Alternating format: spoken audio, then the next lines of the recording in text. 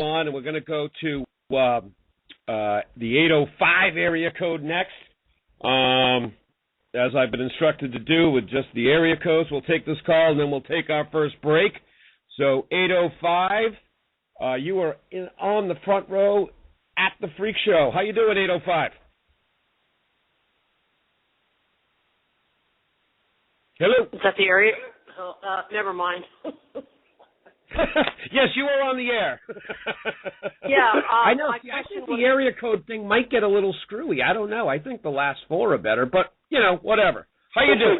We'll figure it out. Let the lady talk. What do we got going on? Yes. My question is to the Adamizer. He, on Twitter, he answered me. My question was, why did you leave the church? It was my understanding that he was a preacher at one time. But That's correct. I was never able to ask him what prompted him to become a clergyman in the first place. It was such a shift, a shift from being a preacher to being an atheist and getting out of the church. I find that kind of interesting. I think that's an excellent question, and I appreciate I've that. never met anybody that swung like that, that just, I don't know. Well, and I have at a certain point a while back, I did go off one night on a little bit on what had happened with this and why I finally kind of turned my back on all of that and got out of the preacher business and got out of the religion business and eventually got into the anti-religion business.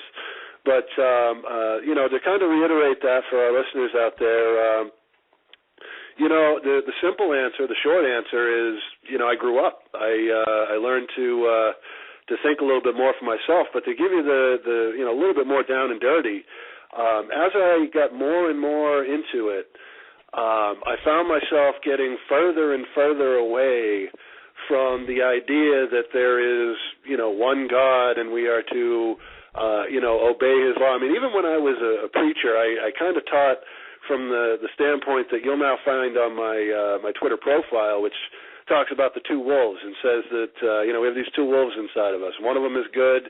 It's everything positive. The other one is that bad part of us, all that negative shit. And, the one, and they're in this constant struggle, and the one that you feed is the one that wins. Well, that's kind of what I preached. I preached the idea that at the time that God and Jesus, whatnot, had put into you, these two parts of you that are constantly at battle, and he wants you to feed the good wolf, is the way I would put it nowadays. And, what I found more and more as I spent more and more time around the church and, with other Christians and whatnot, was that too many of them were feeding their bad wolf, especially the preachers. There was so much hypocrisy and so much, hatred coming out of a lot of these guys in the name of the Bible. And, even though I wasn't, even as a preacher, I was more into trying to find out what the reality behind the Bible was, what the real story was. Right. But these guys just made it absolutely terrible. They preached hate, and they told everybody it was love. And that really made me take a second look at everything I was doing. And, the more I looked at it, the deeper I got, the more I realized this was just a big scam to fill the collection plates. At the end of the day, at best, nobody knows. And if you want to take a position, the only reasonable position is to say anybody who says that they know is full of shit, And that's where I ended up, and that's how I ended up here. I don't know if that answers your question, but, I just, again, I kind of, I saw too much and I thought too much, and if you do those two things, you're not going to stay a preacher very long. Yeah, I worked with several fanatics, my former place of employment, and some of the things that were coming out of their mouth it just made no sense, and it was really hurtful. One of my friends came out of the closet, if you will, and two of her Christian friends turned their back on her. And I thought that's when I said, you know what, this religion is ridiculous. I thought to myself, if somebody like Ellen DeGeneres is going to go to a hell because she's gay, that's pretty vile. I thought exactly. Exactly. It's my understanding this Ellen is very has done a lot of good for humankind. She's a wonderful person. If somebody like that's going to hell, that was kind of the tipping point for me. I thought this stuff is ridiculous. Yeah, and I'll tell you, I don't find Ellen, me personally, the least bit funny, but you're absolutely right. You know, and that's my personal taste. But you're absolutely right that from everything I've read, she's an excellent person. And, you know, unless she's hiding something in the closet, which, you know, a lot of people are. But, you know, the reality is I've known plenty of folks who are gay. I've known plenty of folks, you know, even back when I was a preacher that were atheists. These were good people. And the idea that they're going to burn in hell forever because God loves them was just something I couldn't reconcile. Yeah, when my coworkers turned their back on this girl and this girl was just devastated, I thought, this is something's not right here. This is ridiculous. So, yes. Anyway, yeah. Well, yeah. If I may chime in, and thank you for the call. Just real quick, you know, I happened to be watching a Christopher Hitchens debate this past week or recently. I love Hitchens debate. Absolutely, and you know, great line. He was up there with the, with the actor Stephen Fry, and I forget the exact panel, but you know, it was basically said, you know, that according to the dogma and the doctrine of most religions, certainly Christianity, right? If you're born in a part of the world, say, that has no idea about the Christian faith, say you just happen to be born somewhere that has no idea about the Christian faith or anything of it, and grow up to be essentially a good person, right? But you do not, obey strictly the commandments, and you do not, erase yourself of original sin, you're going to end up burning in hell forever.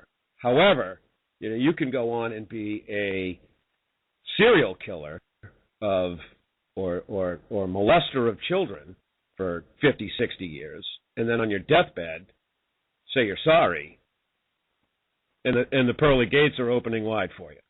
Yep. I mean, I just thought it was interesting, kind of along the lines of what you two were discussing as far as just the hypocrisy of it all. And I can't believe you said that. I got into a little bit of a scuffle with one of my former coworkers. We'll just say her first name is Kay, starts with a K. She said basically the exact same thing that you did, is that a serial killer on his deathbed can ask Jesus to enter his heart, and he asks for forgiveness, enter the heart, and he will essentially go to heaven. And I thought to myself, you know what, why not, if you're truly sorry, why don't you say you're sorry to the families that you've harmed, as opposed to this person up in the sky? This didn't make any sense to me. I looked at her and I thought, you know what, why don't you apologize to the people that you've harmed, try and give some kind of closure? I can't believe you said that, because this is what this woman is another one who prompted me to really start thinking and questioning. This is I wouldn't, if I was a loving God, I wouldn't allow somebody like that into my head. I just, none of this makes sense to me. Hey, if I was a loving God, I sure as hell wouldn't create hell. Pardon? And I'm sorry, 805, we're going to get to moving on, but I'm sorry, I didn't catch your name and where you're calling from. Do you mind telling us? Yeah, Carrie from Camarillo, California. Okay, fantastic. Fantastic. Well, I really appreciate you calling in and hope you could keep on listening. We're going to take our first break here. So thank you for calling. Thank you. And with that, we are going to two excellent calls. Hey, how about that? Yes, thank you, Carrie. Love you much. And without screening, fantastic callers to both of them. So, Adamizer, let's take our first break here. First of all, for all those who are listening who want to call in after the break, 646-668-8756. At Adamizer1, at The Freak Show. We got the live chat going on. And this week, all right, so as you know, we like to mix it all up and bring you a little comedy and a little music every week. But this week, not going to happen. Just doing straight comedy, and because it all needs to be played. But I got some Bill Burr for you, and this is from Bill's recent special. I caught it on Netflix. I guess it is now on on YouTube, so you can catch it for free right on YouTube. In my opinion, Bill Burr is one of the funniest guys performing stand-up right now. And, you know, last week I went on a little rant about copyright and all that other stuff, but this is what I'm talking about, right? I hope that everyone listening and who listens to this is going to check out Bill Burr.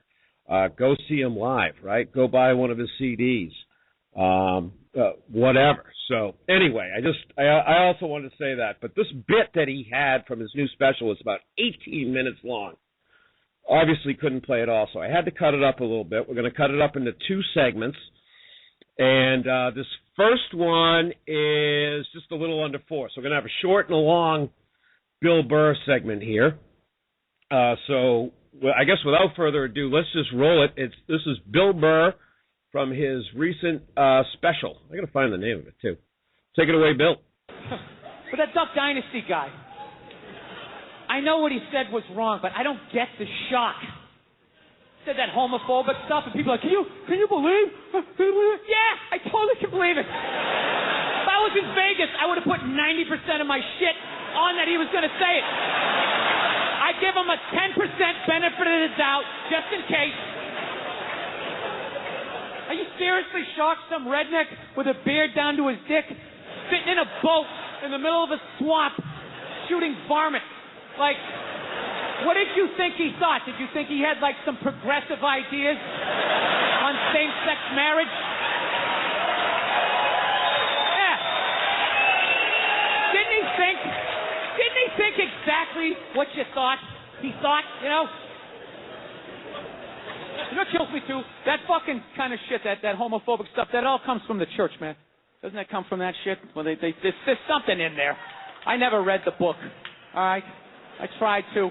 They need to fucking update it, all right? They update iTunes every fucking 6 days. Can we update the language and make it a little more user-friendly for someone like me, right?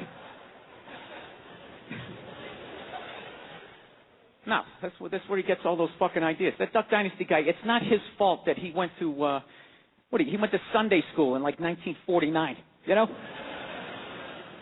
I think all of that shit comes from the church. They just fucking brainwash you. You know? Don't clap. I don't read. Follow someone else. I'm telling you. They brainwash you. Come to the church, your brain's all empty. They just fill it up like a jelly donut. Brainwash you.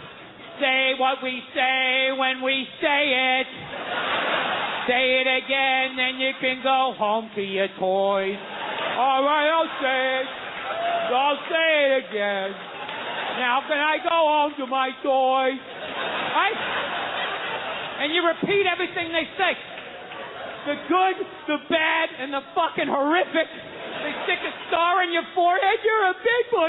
You make people like me. You get on with your life. You go to college. You get a master's degree in English like this redneck dude had. He invents the new duck whistle, or whatever the hell you call it. Right? Yours goes, whack, whack. Mine goes, whack, a fucking whack. Dude makes $1 zillion bucks. Gets his own TV show. He's loving life.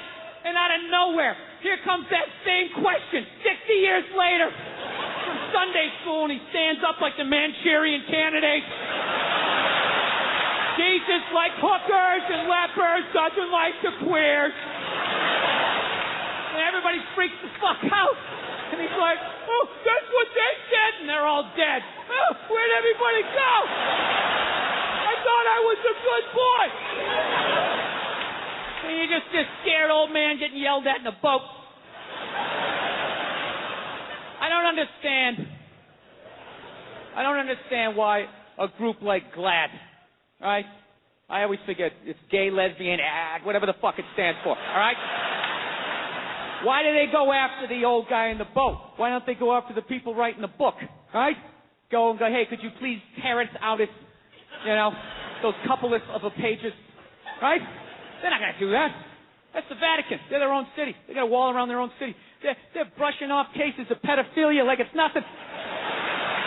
They're not taking their call. Oh, what happened? Really? Go fuck yourself. Click. They don't care. Very nice, man. Very nice. You know, I was slightly, before when you first told me what you were going to do for that, I was a little disappointed that it wasn't going to be Carlin's little religion spiel, because I really love his. But that was awesome, man. Oh yeah, oh yeah, and more to come, right? The Carlin. Let's put it this way: I have played it on the Freak Show already, not with Crafty and the Adamizer, but I did, with the initial run of the show. But I'm sure there'll be time down the road to revisit, because I think it's important every now and then to go back and re-listen to what these guys have to say. And again, Bill is here with us now, touring, available, for people to check out. And to me, in my opinion, like I said, the funniest guy, in stand-up at the moment. So there you have it, Bill Burr. Like I said, we'll bring you the second little part of the ditty after we harangue around a little bit. So 646-668-8756. Please give us a call. Had two fantastic callers already from Ohio and California. The chat room lighting up right now with the Changas on there. We are nationwide, man. From FEMA Region 1. So the only, I guess, downside to all this activity is, as we still work the kinks out and everything, and it's obvious it's throwing me off my game a little bit here as far as time allotted for haranguing around and everything else. So, we'll do the best of it that we can. And how do you want to start, Adamizer? Oh, man, there are so many places to start. How about Leviticus and Deuteronomy? No.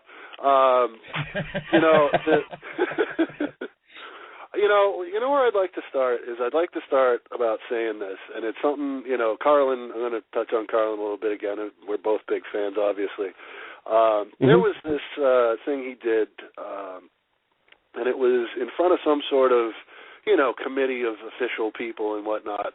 And he went up and he did his, bits of this act and bits of that act. It was pretty good. But then they had this question and answer period, right? And they asked him, somebody was a cigar smoker, and they asked him, would he take back what he said about cigar smokers? And he gave this great line where he says, you know what, I'll give you an individual exception, he says. He says, that's what I always say when people ask me this. He says, because the reality is I love people one-on-one. He says, I can see a world of possibility in their eyes. It's not till they start to clot together in groups that it starts to piss me off, he says. And this is and the reason I'm saying this is I kind of want to take this to the Christians, the Muslims, the religious folks out there. One-on-one, a lot of you, I like you. You're good people. You know what I mean? It's not you that I have a direct issue with. Right. All right. It's the shit that you're following, sharing, etc. I'm sorry, but when you start telling a child that love has something to do, has less to do with mom and dad than it does with some carpenter that died 2,000 years ago in the desert, that's kind of child abuse. You don't realize it. You were brought up to do that. I understand that. All right. But I do have an issue with that shit. I have a big, big issue with that shit. I don't have an issue with you personally. You may be a very good person. You may have somehow skipped over the bad parts of the Bible that tell you to take slaves and rape and all this other shit. Again, Leviticus and Deuteronomy primarily. But I like you as a person. I really do. But I'm not going to shut up about it, and I'm not going to just go peacefully and let you say your piece without me saying mine. The reality is, it's some fucked up shit. Read that book, cover to cover. Read that fucking book, okay? And I don't care whether it's the Bible or the Quran or whatever else. All right? Sure, there's good parts in there, but there's so much fucking badness in there that if you think that's holy, if you think that's love, you got to think harder. Okay, you just got to think harder. And, I'm really, really asking people out there, don't be afraid. Don't be afraid to question, okay, to think, to reason. all right? Don't be afraid to pick up a book from, Dawkins or Hitchens or Harris or Dennett or any of the big guys out there who are trying to speak some sense into you, okay? Pick it up, read it, see what you think. If you still disagree, that's fine. But give it a chance. Just accept the possibility that those, people that you trust, and not that they're wrong, not that they were lying to you, just that they were misled, okay? And that maybe as a result you've gotten misled too. You look into it. Look into both sides of the equation. Don't just go with what you were taught. That's the wrong way to be in anything, whether it's being pro-American, pro-Jesus, pro-whatever, okay, or anti-this or anti-that, all right? Look at both sides, all right? This is what made me who I am.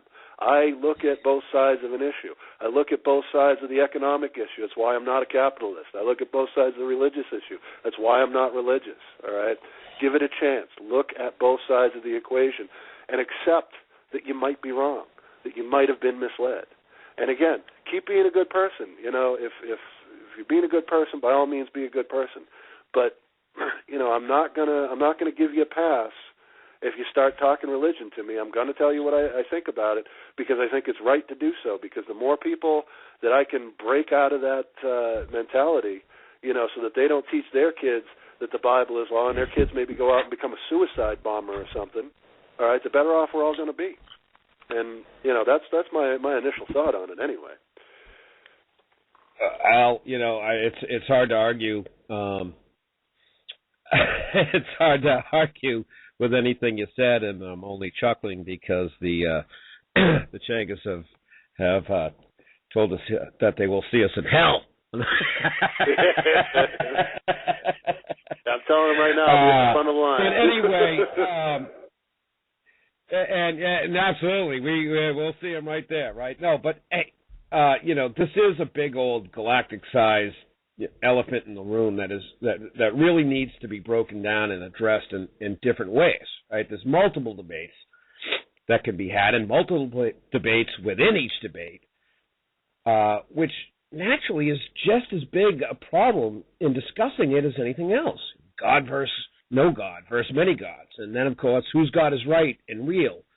And all the way down to, all right, well, we agree on a God, the same God, but how he has and continues to interact and affect our daily lives and the things we need to do and say and not do and not say and blah, blah, blah, blah, blackety blah, right?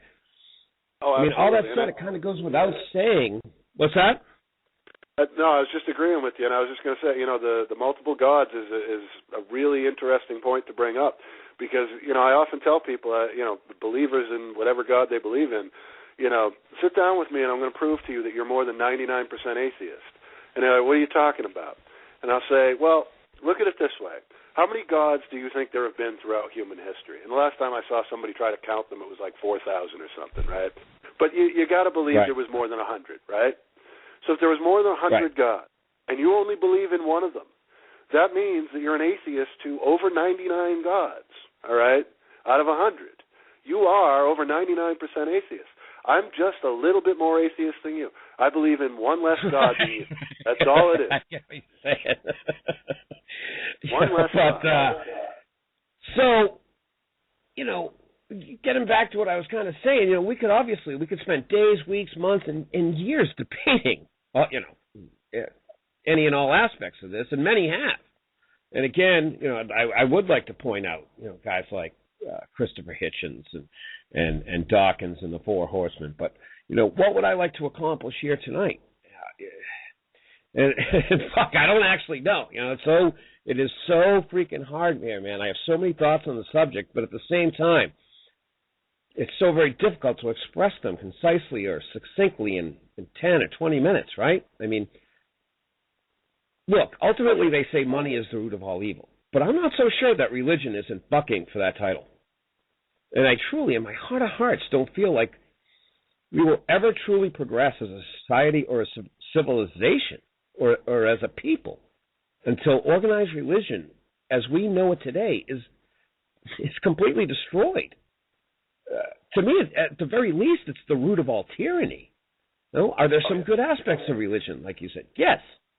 Are there some good, solid tenets, pearls of wisdom, or in modern speak, life hacks within all of them.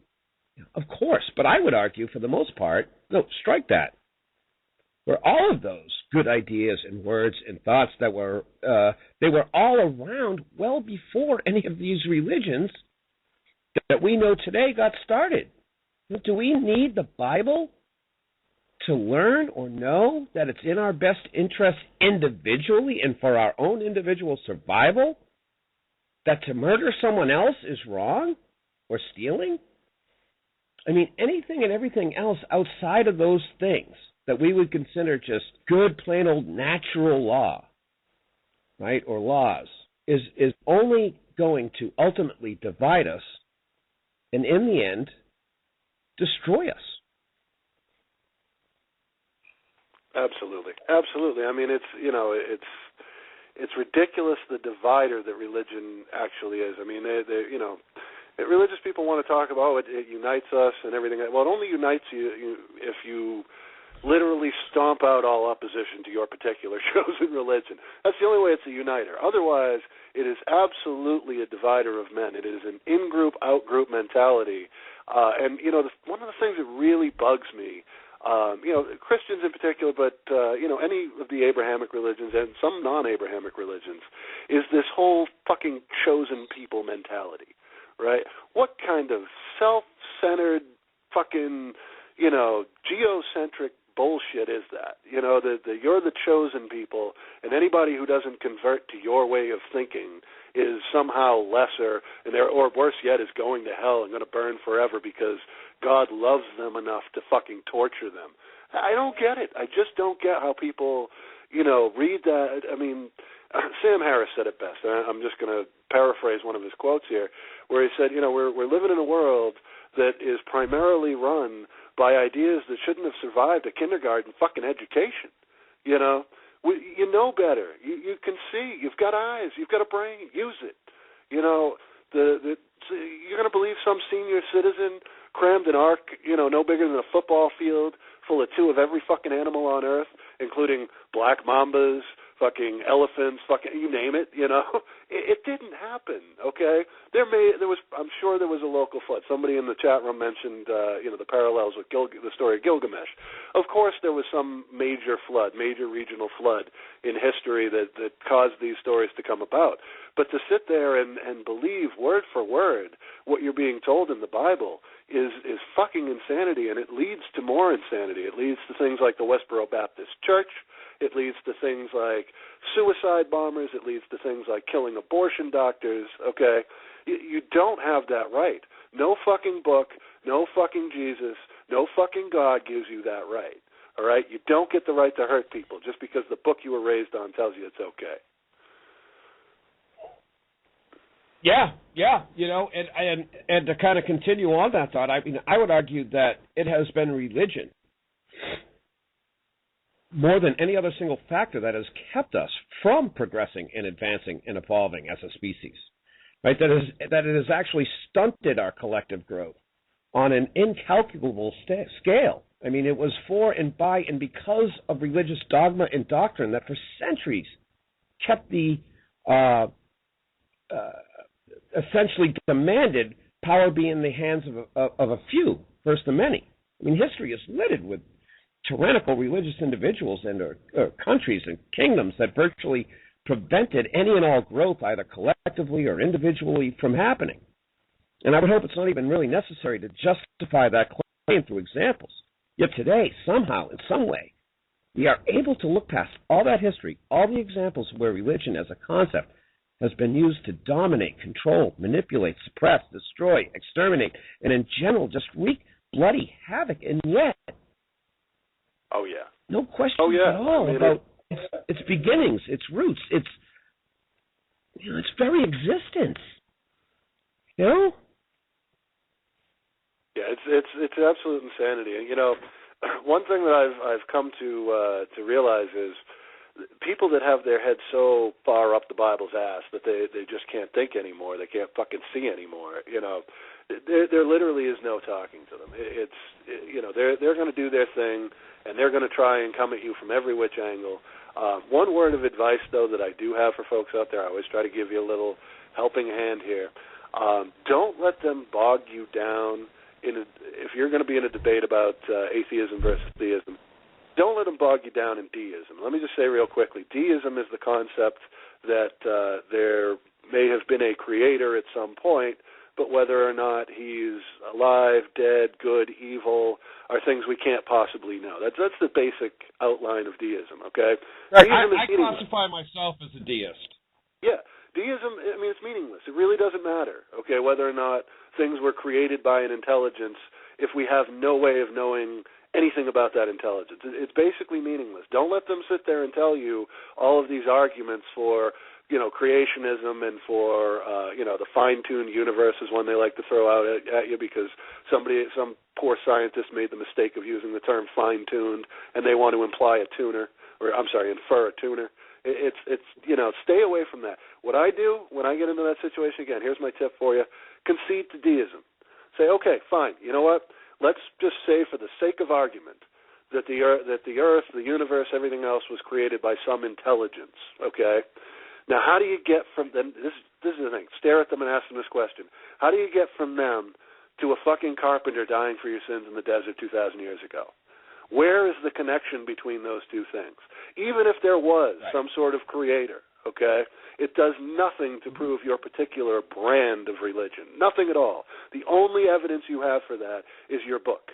And it doesn't matter whether you're Islam, whether you're Christian, whatever it may be. You have your book. That's all you have. You have no more evidence than any other religion out there. You have no more evidence than the Greeks had for Zeus.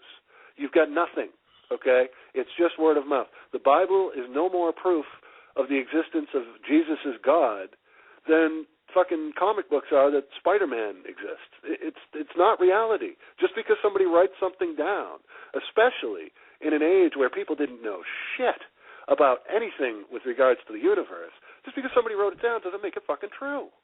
Get that through your head. Right. Get it, please.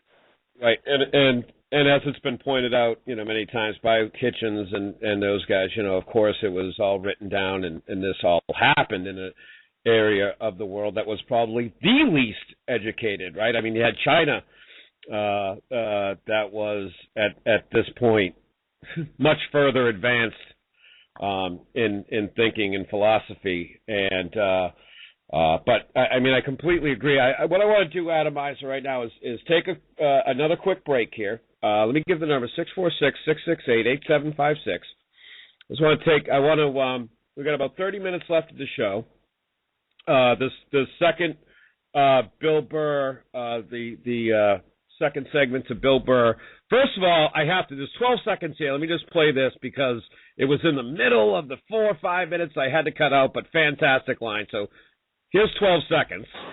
And I said that is the dumbest shit I ever heard, while simultaneously still kind of believing that a woman who never got fucked had a baby that walked on water, died, and came back 3 days later.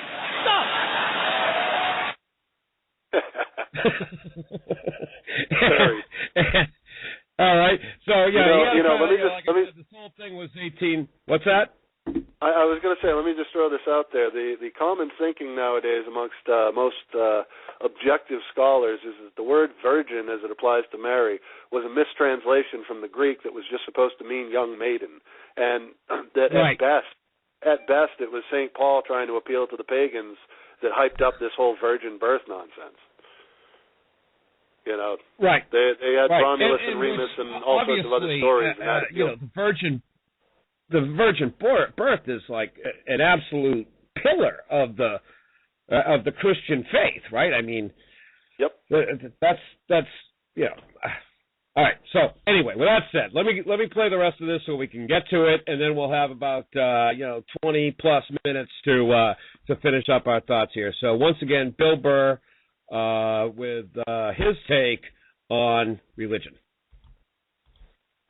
Why does that sound so dumb to me? I don't know. You know what it is? I think it's because I heard their story when I was an adult. I heard my story when I was like 4 years old, right? When I heard my story, there was still some fat fuck coming down the chimney giving me Christmas toys. If I lost a tooth, there was a fairy. There was the Easter Bunny. Why wouldn't there be some bearded baby moonwalking across the lake?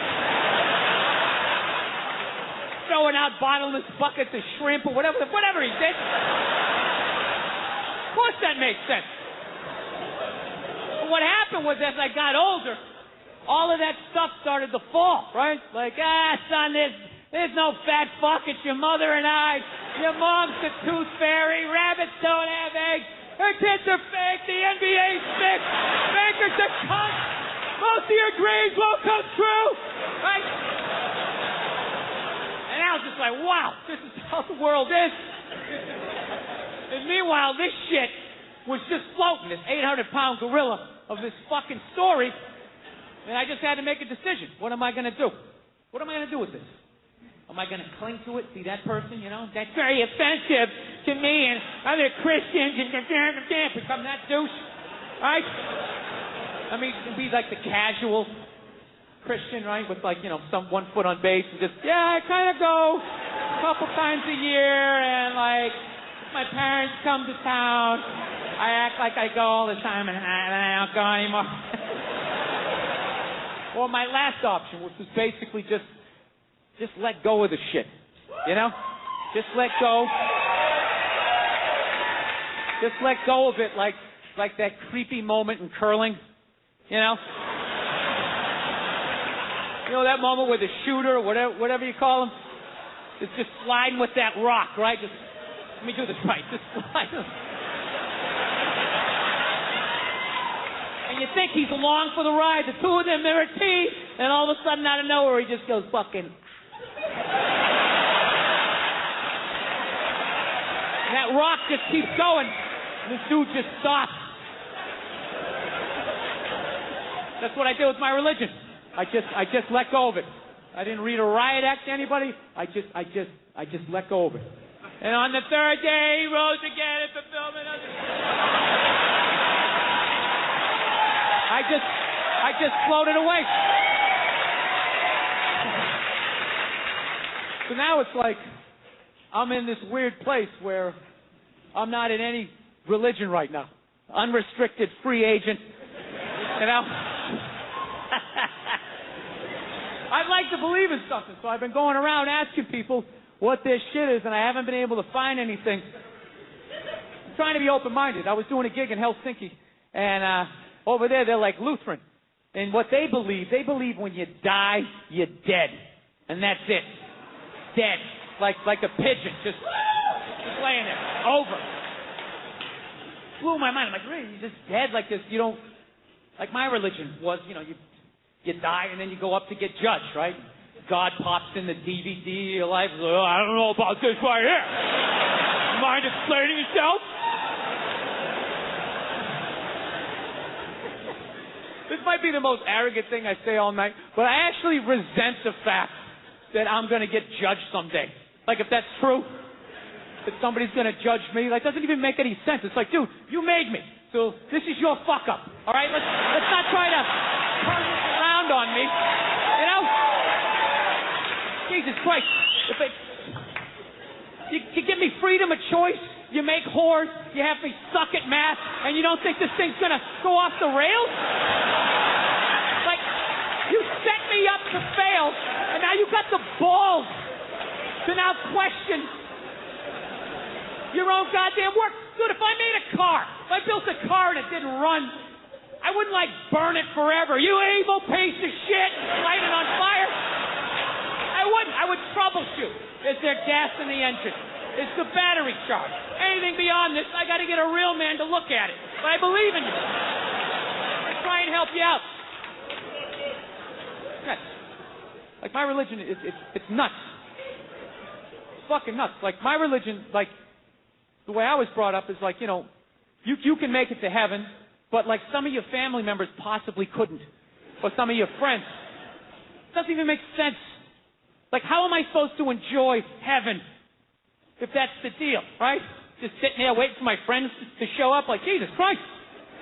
What the hell are they? It's been like 150 years. They must have eaten a lot of Brussels sprouts or some shit. Doing some yoga, right? And then one day it just settles in that they didn't make it. And then what? I'm still going to enjoy heaven, right? Jesus coming walking over like, hey, how's it going, everybody? Is this great? Is this great?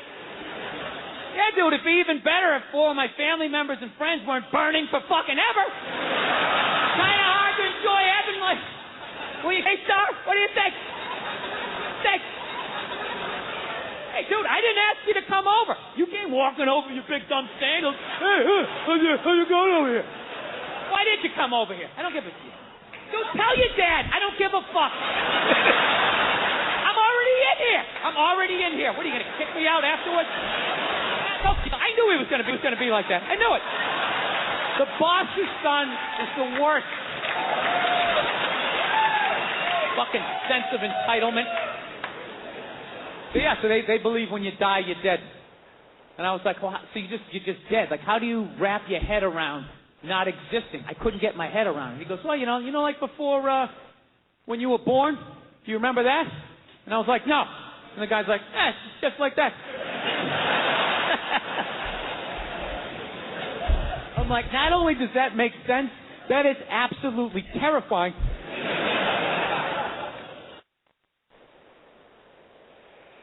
And there you have it, the great Bill Burr. I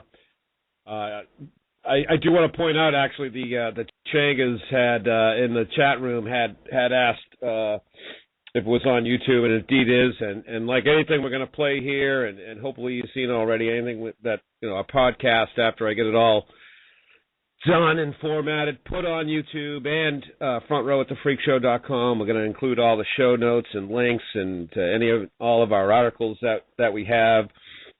Anything, obviously, that we say, we're going to try to back up with references. And that's it for that. So we got about 20 minutes left here at the front row. 646-668-8756. Adamizer, you are back with us, correct? Yes, I am. And, hey, it looks like we got another caller here. I was going to comment on some of Bill Burr's stuff, but I'd love to hear from this fine person. Okay, yeah. Well, let's go right to the 781. And again, just as a little quick reminder before I hit you up, 781, please turn your computer speakers down so that we don't get any of that nasty echo and feedback. But anyway, 781, that's a familiar area code. Let's see what 781 has to say. Hey, Adamizer. Hello, hey, you are live and on the front row. Hey, Steve. Hey, Adamizer. Hey. You guys are really taking on a topic tonight, huh? Oh, yeah. Yeah, this is a head spinner, isn't it? Always. But one of my favorite topics, that's for sure. No doubt. It leads itself to so many, you know, when you're in a rotary, you know, there's a lot of exits. And that's kind of how this feels, you know. It's like, okay, which one, where do I want to go now, you know? Yep. And so with that said, I'm gonna, you know, when it comes to religion and spirituality, can you talk with, you know, for a moment about how it is that you relate the two, or do they relate, or is spirituality a cop-out? Well, if I can, you know, I have a great meme I love to post now and again on Twitter that I think addresses this very well, and it says that religion is for people who are afraid of hell. Spirituality is for people who have already been there. I think, you know, I join Sam Harris and a select few, I don't mean select few as in chosen few, but a very small minority in the atheist community that I do consider myself a spiritual atheist. I used to be what I would call a skeptical atheist, that, you know, I didn't believe in anything that couldn't be proven to me first.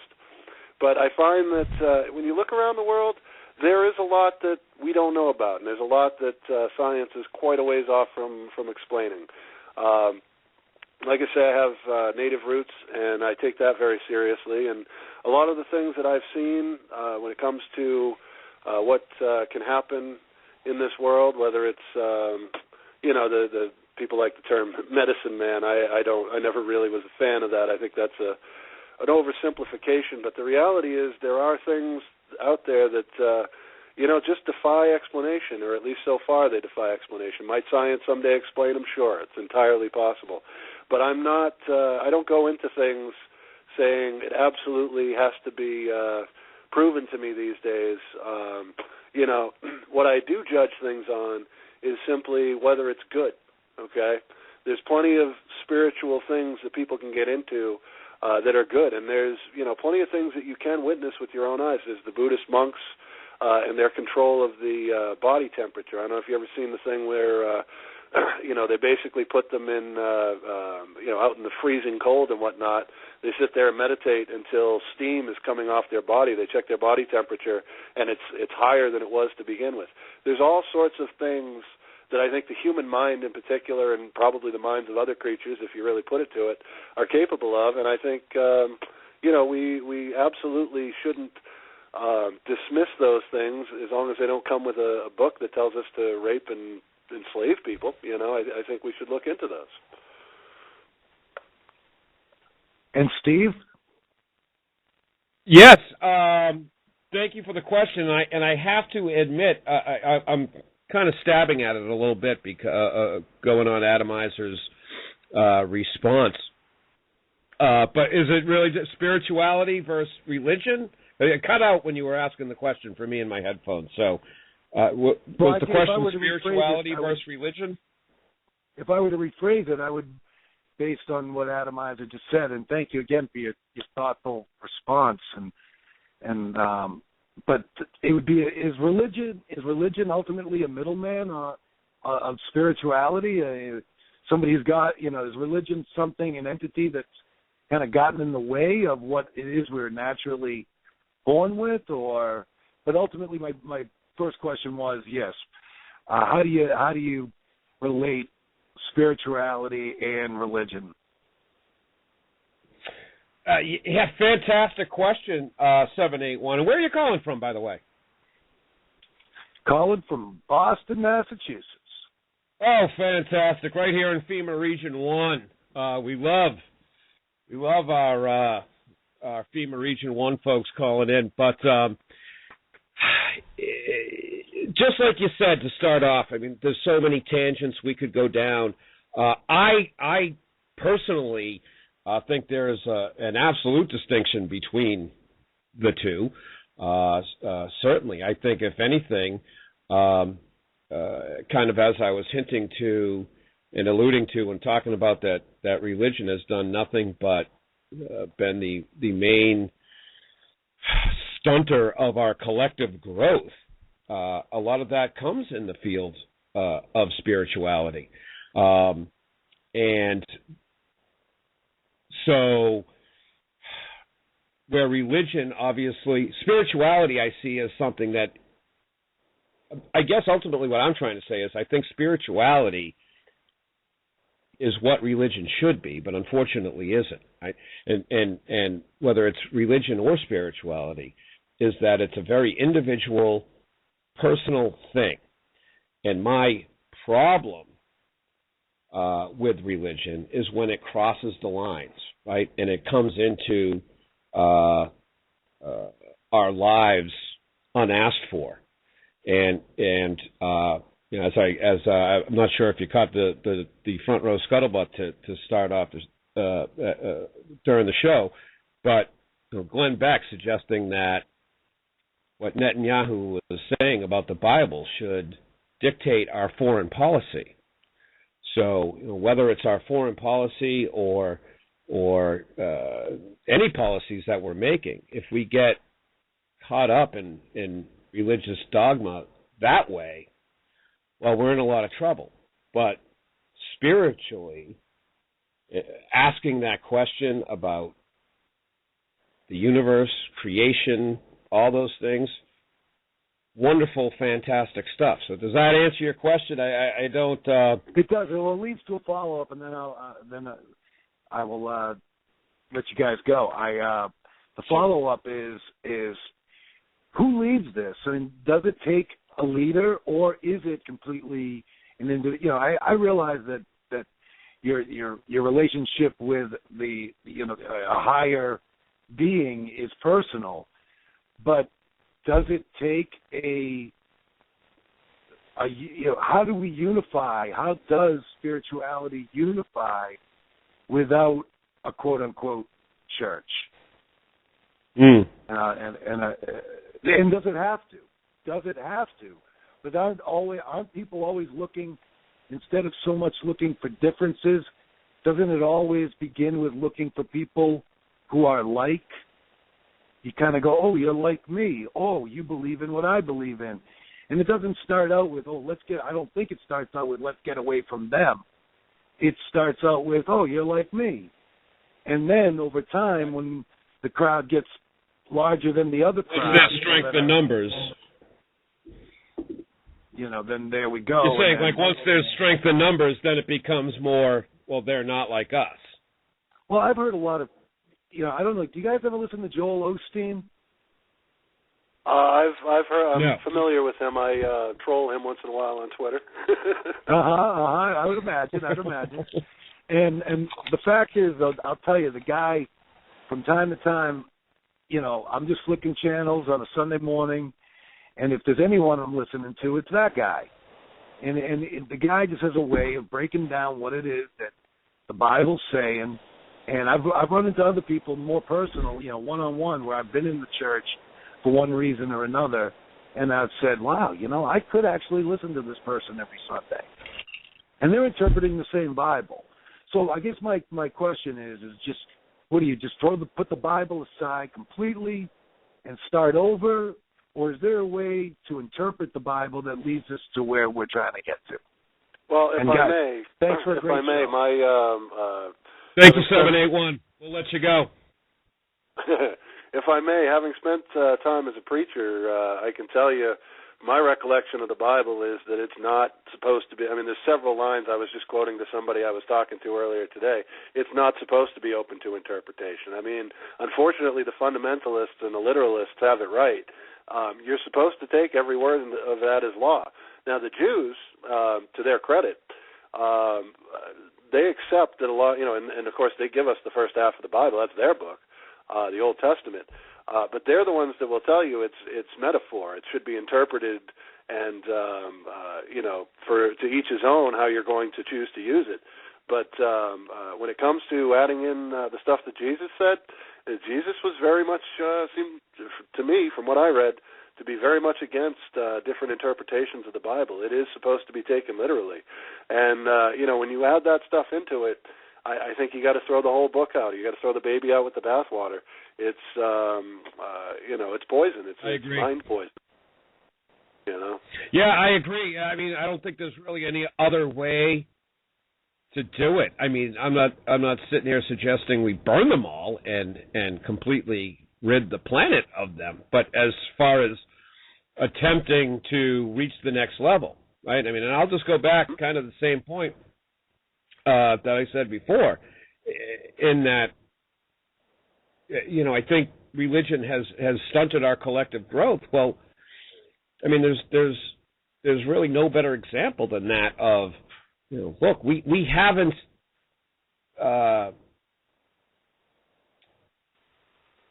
tried to grow, right? In that, what has happened with the Christian faith over this past 2,000 years, right? All it's done has been a breaking down kind of an explanation and all this. No growing or adding on or whatnot. Even when you talk about, say, if and correct me if I'm wrong, being the preacher, Adamizer, but the Bible, right, was kind of in all the different books in the Bible had to be voted and ruled on, right?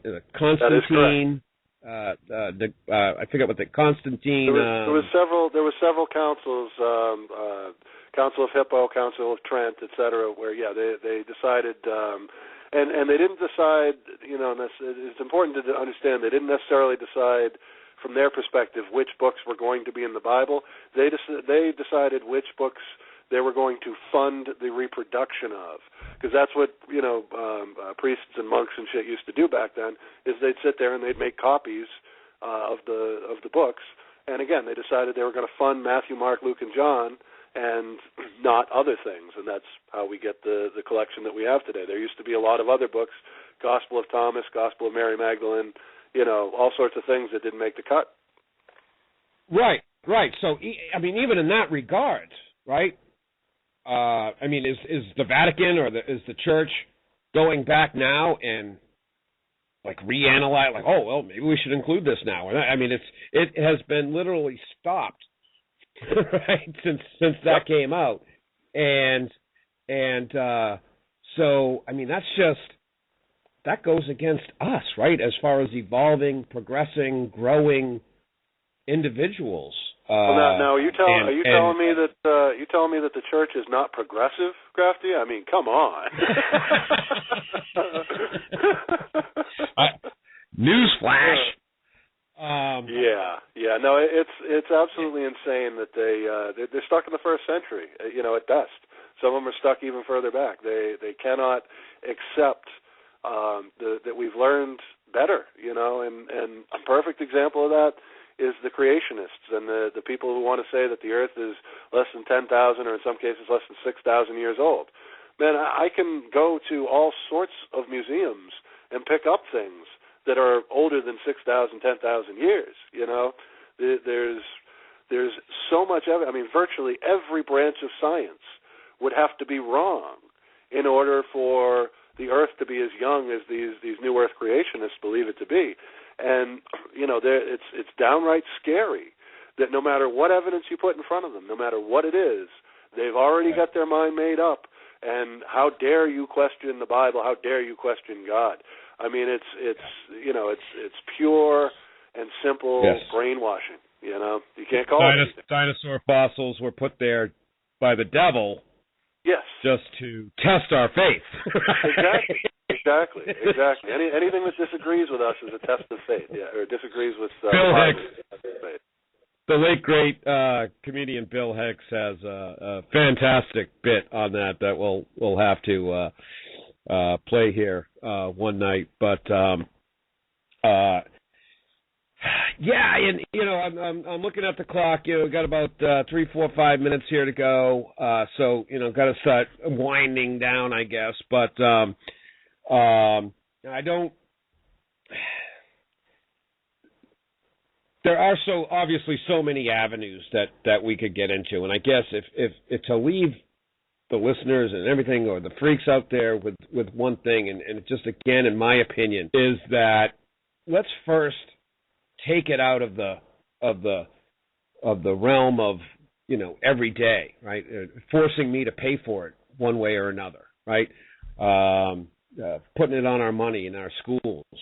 But I have no problem, and this kind of addresses like the question from Boston about spirituality versus religion. Like, I have no problem if in every school across America the principal gets up and says, "Okay, we're going to have 2 minutes of silence right now," and then you do whatever you want with those 2 minutes, right? Yep. You can pray, you can,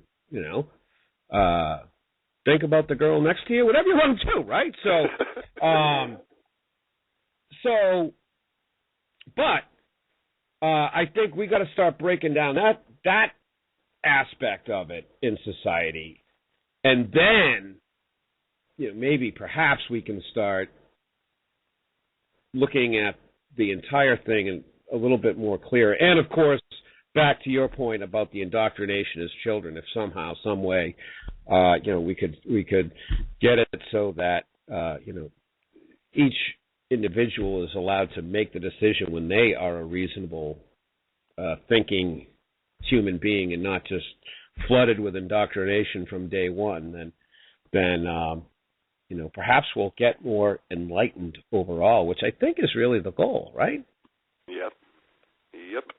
Yeah, I mean, we need to move forward. We need to leave leave the bad ideas of the past behind, keep the good stuff, and keep rolling on. Because if we don't do that, then we're going to be repeating the same bullshit over and over and proving Glenn Beck right.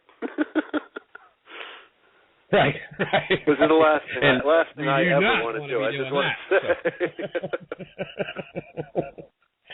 But, hey, Adam, Adamizer 1, any last thoughts from you, I guess, as we start wrapping things up here a bit?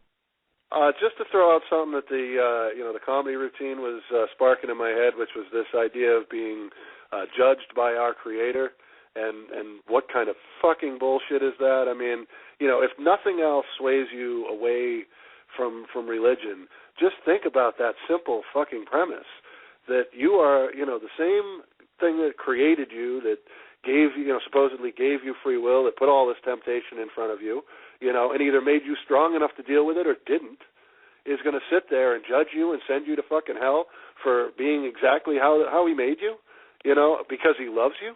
This is fucked up. This is fucked up shit. You got to think about it, people. That's all I'm saying. Think about it. Think about it. Think about it. Yeah, absolutely. And let's start putting our minds and our collective minds to the absolute mind-blowing universe, right? I mean, that should kind of be our highest goal, with kind of a virtually all-hands-on-deck mentality.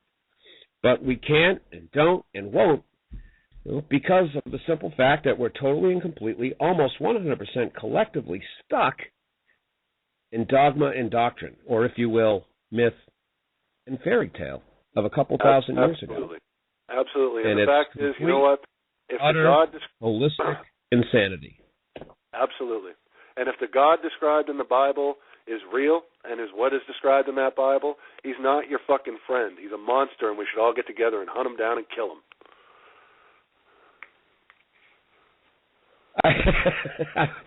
Who are we killing now? I'm sorry, I had a little lady come in my ear and tell me that there was 90 seconds left, so I didn't hear you. I said if the God that's described in the Bible is real, he's not your friend. We need to all get together and hunt him down and kill that son of a bitch. Yes! Oh, what a perfect way to end that. Well, everybody, thank you